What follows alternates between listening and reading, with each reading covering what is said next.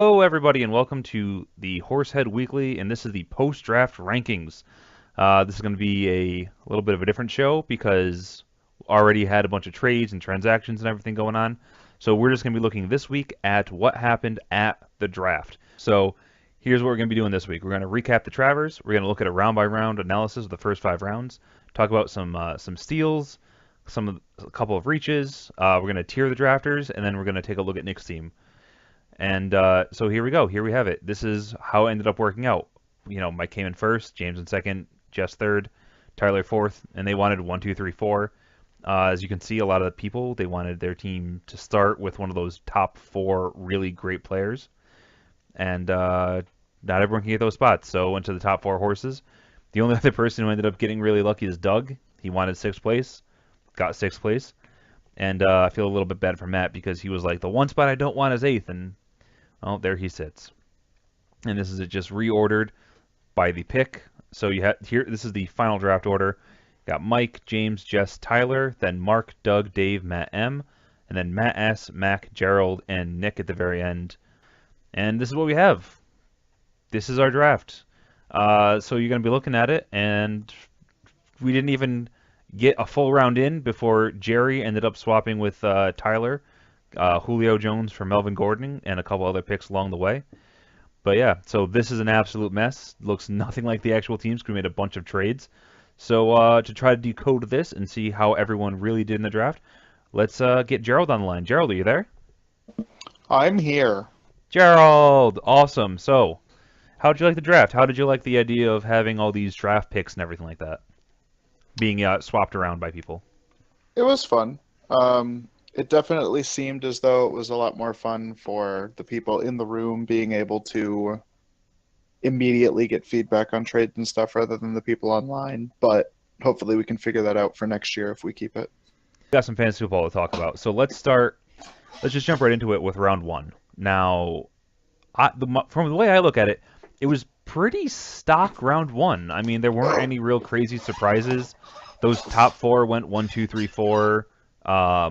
OBJ, all the issues with it, I still felt confident in him and picked him up. And then, I mean, did you see anything that really jumped out at you in regards to round one? No, not really. Michael Thomas at the tail end might have been a little bit of a reach, but I know a lot of people are kind of high on him. So, other than that, I mean, even with Michael Thomas, you can't really argue against it. Yeah, and as we move into round two, because as I said, nothing really crazy was going on in round one. DeMarco Murray was the other pick that Nick took. I feel like, you know, those were the two people really left on the turn.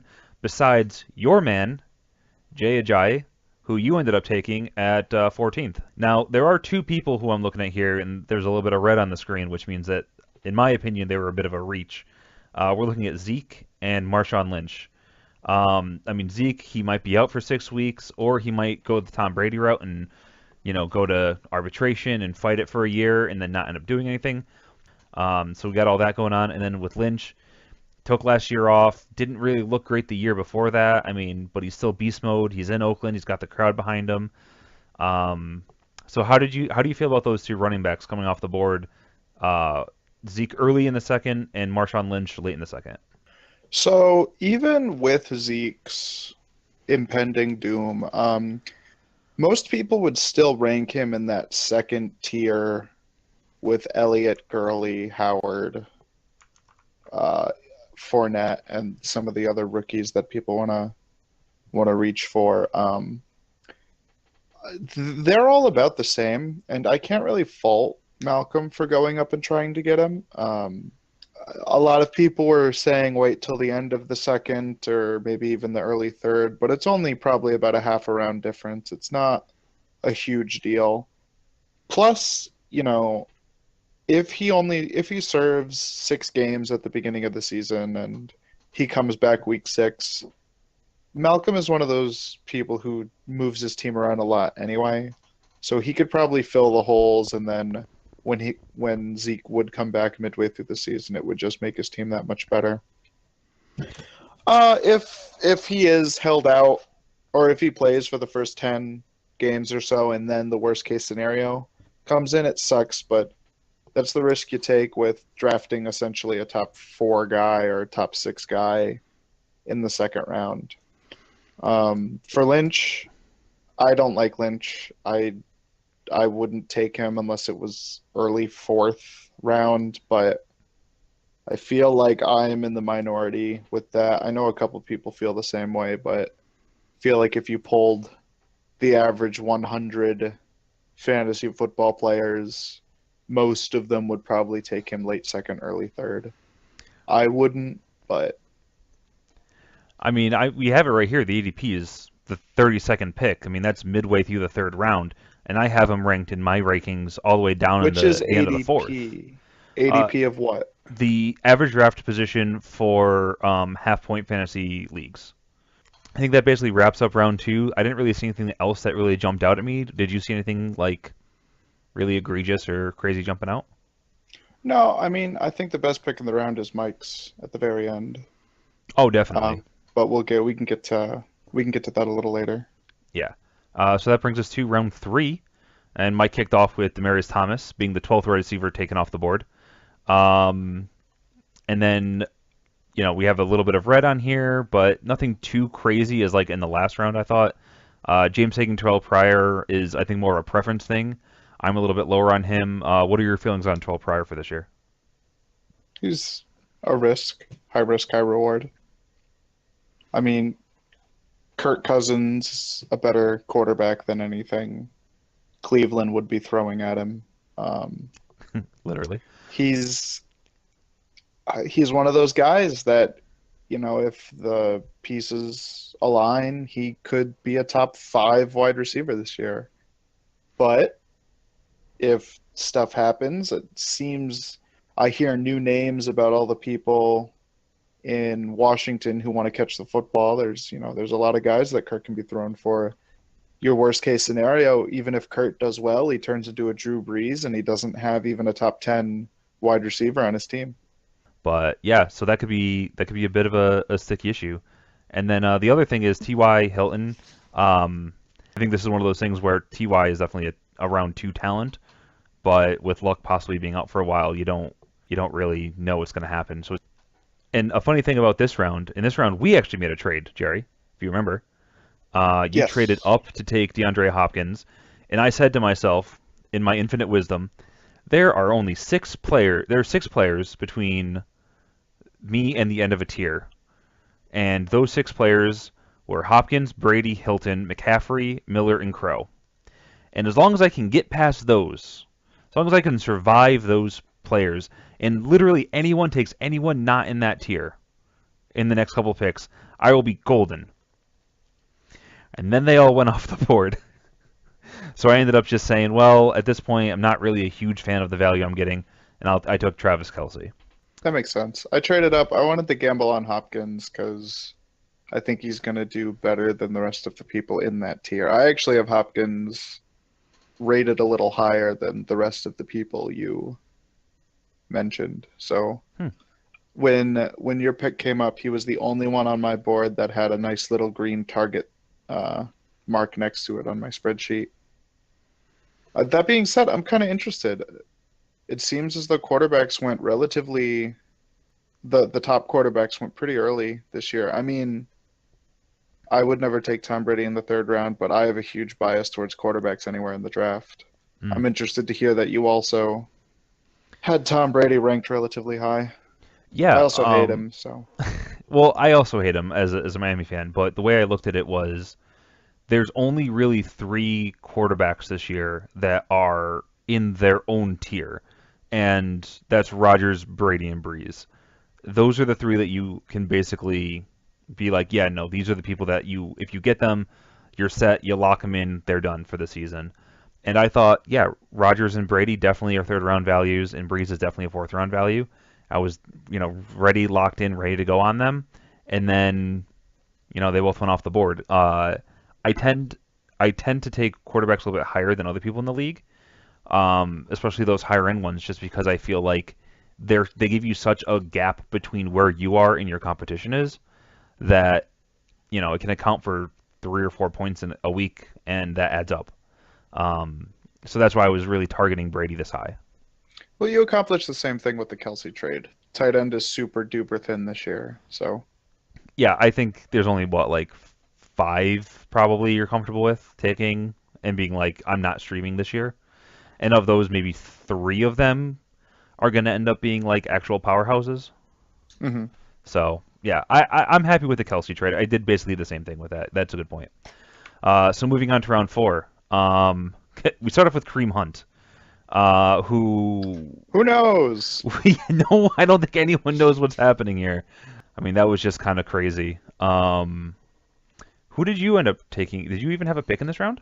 I did not have a pick in this round, Okay. but I actually kind of like Nick's pick. And Hmm. then scooting back to the third round, he took Alshon Jeffrey at the very end. Yeah. I think that's a pretty good 1-2 punch. Because I think Jeffrey is a bit underrated this year. He is still a top wide receiver. He has a good quarterback throwing him the football this year. In this round, I had back-to-back picks, and I ended up going Dalvin Cook and Joe Mixon, just because I thought they were the two best running backs on the board, and I did start with a zero RB strategy, basically. Maybe not on purpose, but I mean, I had OBJ, Dez, and Kelsey, so I needed my running backs.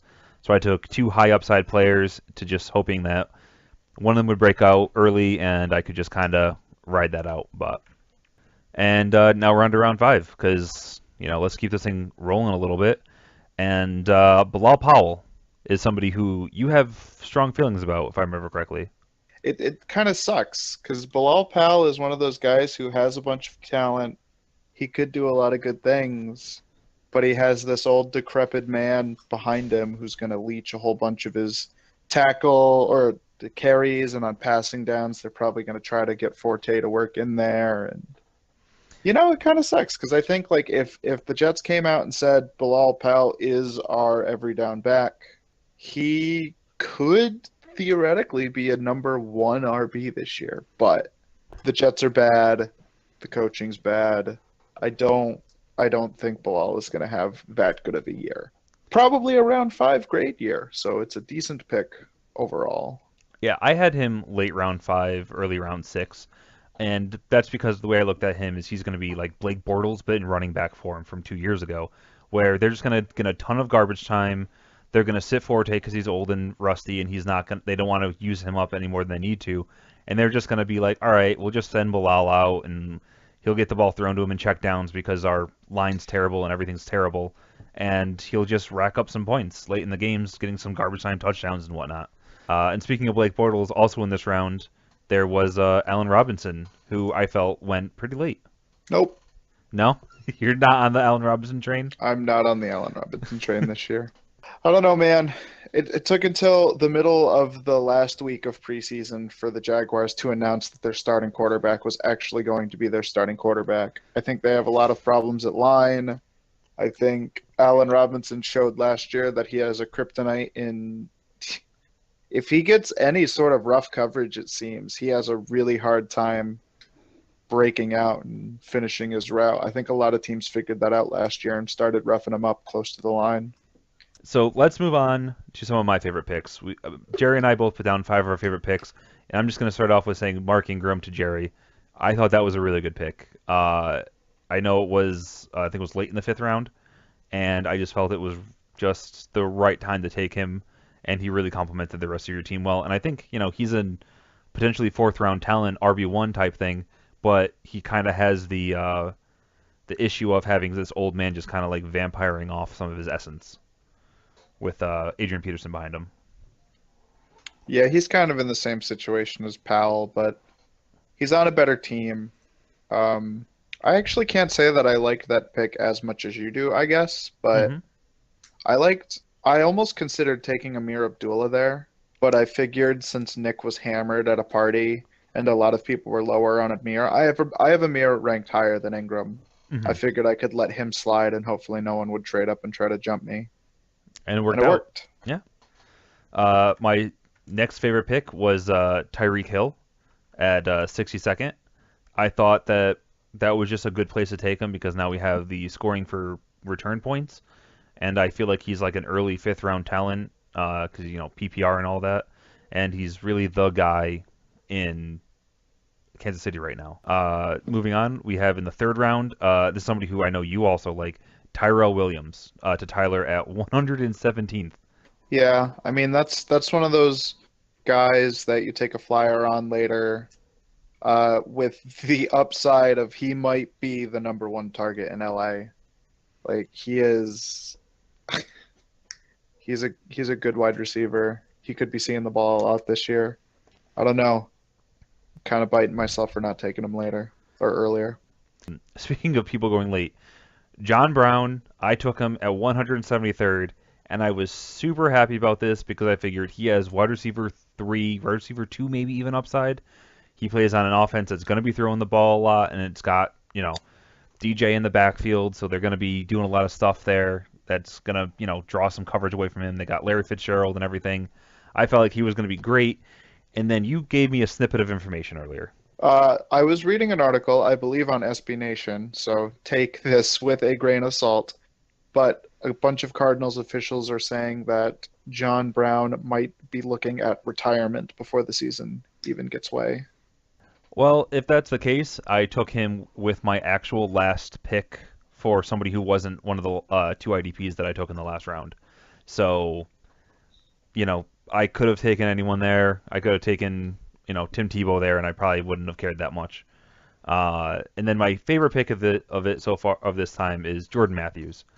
I know he's Jordan Matthews. I know there's not a lot going on in Buffalo, and I know all the issues and everything going on with him being injured, so he's not really getting, the time and everything. He's a number one wide receiver for a football team. Yes, the team's a bit of a mess right now, and they're rebuilding, but I still feel like in the last round, like almost as the Mr. Irrelevant for us, you gotta give him something.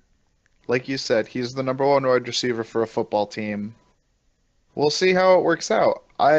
He might be number one on the depth chart, but I don't know if he's going to continuously be number one.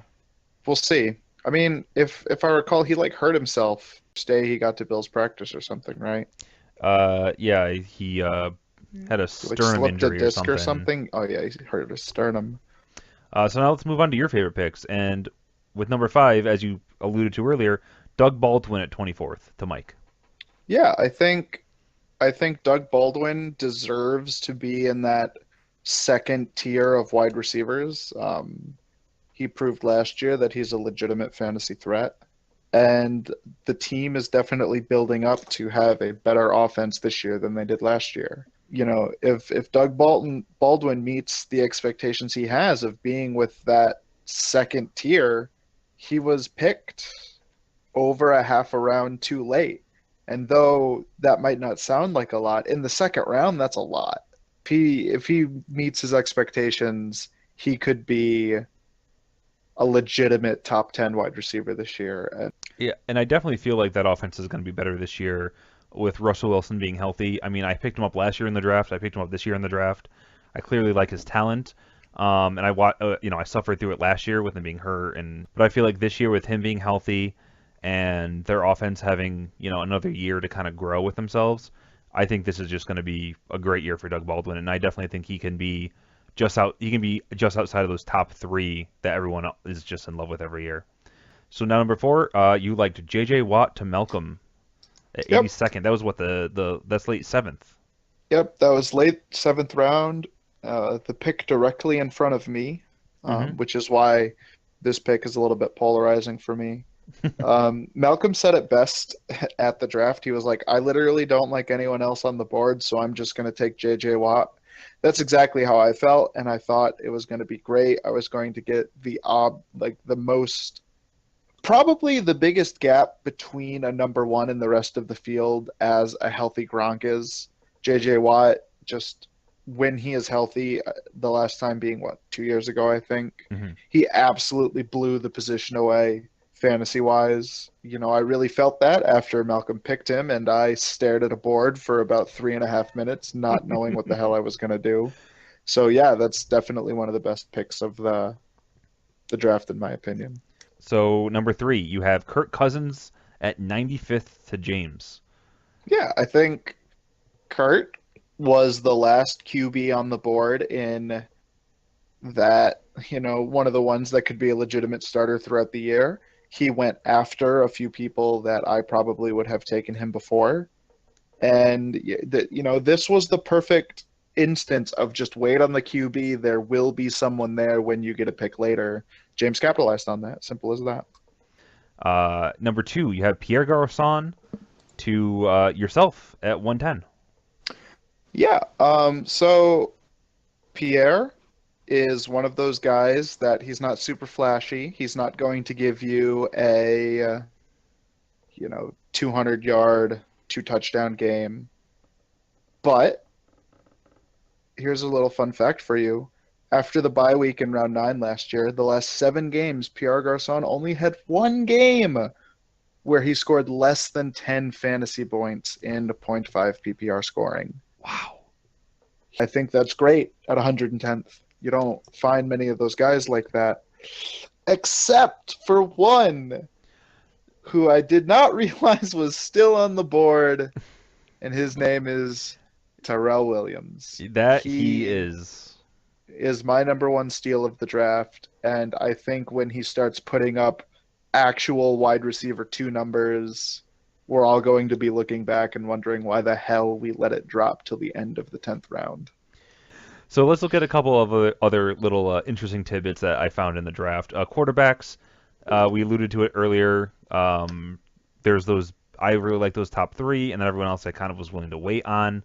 You said that you like to sit back like the rest of the league does, and that's what we did. We averaged about a round later in ADP. For some people, 2 rounds later in ADP for their quarterbacks to be taken, which is just one of those weird things about our league that I think a lot of like fantasy analysts would look at our league and go, "Good job, kids. Good job." Fuck quarterbacks. That's a good way to do it. It's a good way to do it. I'm not drafting that horse shit. Except Marcus Mariota. He's cool. Everyone else can suck a dick. So now looking at a couple of people who went undrafted, I was a little bit surprised of Sims, White, and Smallwood, and also Sims affects Doug Martin. Just to wrap those 2 together, because I think with him being the pass catching running back, that's going to take a lot of touches away from Martin. Any particular thoughts on those 2 points? Not really. Jacquizz Rodgers, Danny Woodhead, and Darren McFadden, all taken by Tyler about a round ahead of their ADP, giving him 3 weeks of really great running backs. There's nothing really I think we need to say about that besides for you, Tyler. So let's look at your team from the draft. A lot of green early on. And so did you go in with any kind of strategy looking to go like wide receiver running back early, or like how did you really go about this process? Well, I actually drafted running back. I had the 10th or the 11th pick and the 14th pick. My initial pick was for Melvin Gordon. Mm-hmm. But I quickly made a trade for Julio Jones. I think running back is fine. I actually think it's a really good draft to do. It's really good to do that this year. A lot of people preach that the mid to late round flyer running backs, they all have potential to come through. But this year, I just wanted to be safe. I didn't want to make any crazy heralding picks. I took a whole bunch of proven guys, with the exception of Amir Abdullah and Marcus Mariota. So I think comparatively to the rest of the league, my team has the highest floor, but I believe my ceiling is not as high as some of the other teams could be. I'd give myself a solid B in drafting this year. I like my team. I'm excited to watch them go through it. I think this is a team that I won't have to do all that many trades to make it look the way I want to. I might even be able to just handle all of the holes on the waiver wire. So we'll see. I'd probably put myself middle of the pack this year. Cool. Yeah. So now let's look at the draft and let's try to figure out who's got the best team, who's got the worst team coming out of it. And we're going to start with what Fantasy Pros has to say. Their draft analyzer took a look at our draft and decided that I have the best team. I'm a little. I don't think my team is the 11th worst or the 11th best in the league, but hey, you never know. 4 weeks go by and I'm 1-3 with the second highest scoring team in the league, I'll probably be making some trades and drinking some whiskey to get over that.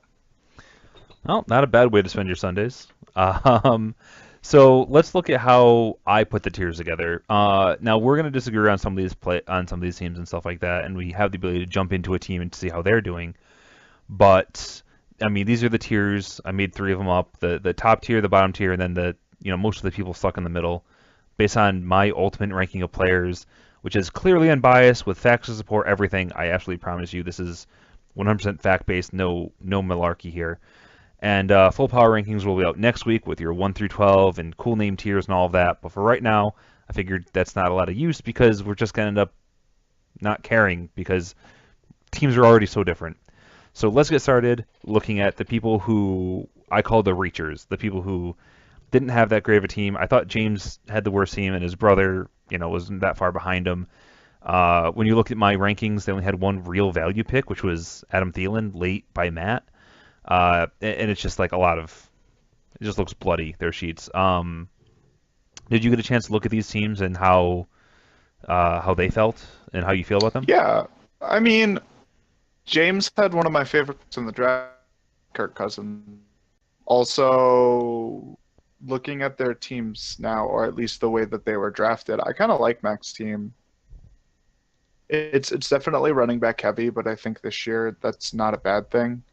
Mm-hmm. The running back pool is so crazy, you might as well put as many shots, or take as many shots as you can. And I think all of his shots have legitimate upside. All of his wide receivers are definitely good fill-in receivers.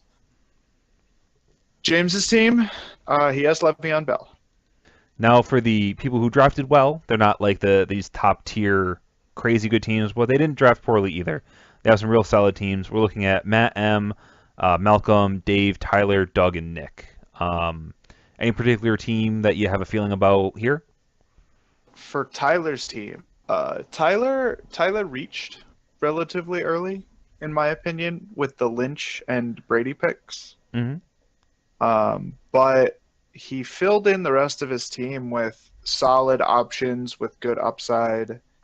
I feel like I'm saying that a lot, but he has Keenan Allen, he has Terrell Williams, he picked Brandon Marshall, which nobody of us touched with a 20-foot pole, which means that he got him well later than he should have been. Mm-hmm. He picked up Phillip Rivers right at the end of the draft. Like his Chargers bias is showing a little bit, but the Chargers might have a legitimate offense this year with Melvin Gordon coming into his own. So that's pretty good. I mean, he did pick up I see 5 LACs over here. Malcolm's team, if Elliott comes through, Mm-hmm. I think he has the team that has the highest upside. He has my favorite underdog wide receiver in the draft, Jordy Nelson. He has Crowell. He has everyone's favorite punching bag, Allen Robinson, Tyler Eifert, Tyreek Hill, Terrence West, Duke Johnson. Dear God, this team is just so crazy. It's like all of these players have super high ceilings, but their floors are literally zero. So Malcolm's team this year, if he kept it like this, which I guarantee he obviously won't, this team would be an absolute roller coaster ride throughout the entirety of the year. I can see why you would put him in that middle ranking. Yeah, I didn't put him in the middle ranking because I looked at his team and said, oh, his team is meh. I put him there because I don't know what to do with him. His team's going to be very interesting to watch, especially with him taking both J.J. Watt and Khalil Mack, who were on my draft board, my top 2 defensive linemen. So I feel like that's pretty cool. But moving on from that, because this video's already been going on forever, our top 4 drafters. We have Mike, Jess, myself, and you, Jerry. Not to steer you to any 2 people in particular, but I'd like to start off looking at Mike's team because I think he had a very solid draft. I think he may have taken a similar strategy to you where he took a lot of players who were just kind of, what you're going to get out of them, but they're still going to be really solid players, and he also had the number one pick with David Johnson, who, as you said, you can just ride his coattails to victory. David Johnson has the most legitimate shot at getting 2,000 yards from scrimmage this year. It's seeing him having 1,500 on the ground, 700 in the air, wouldn't surprise me in the slightest. And we don't have to go through every single pick and tell them how great they are, but I think he has a really good team. And just because, I mean, this is mine. This is my little baby. This video show. Let's just take a look at my team for a second and look at all the beautiful green little squares in it. And I'm just wondering what your opinion was on my team, because I know I took a risk in the 4th round taking double rookie running backs as my first 2 running backs, and then following it up the same way I did last year. I took 2 great wide receivers, and then I took a couple of meh running backs, and then followed up by taking more wide receivers with Watkins and Diggs. So how do you like the team the way it looks on this board? I think your running backs are terrifying. I don't disagree. That's really it. Like, you're one of the only teams in the league at this point that has a question mark at both RB1 and RB2. I mean, I guess you can't. I and everyone else assumes that Dalvin Cook will at minimum be an RB2. Mm-hmm. But with Joe Mixon, who knows? Like, he's fighting with 2 other running backs to see time, both of which the organization has put a lot of time and effort into shaping. Mm-hmm. We'll see. With your wide receiver class is great. Odell and Dez, fantastic.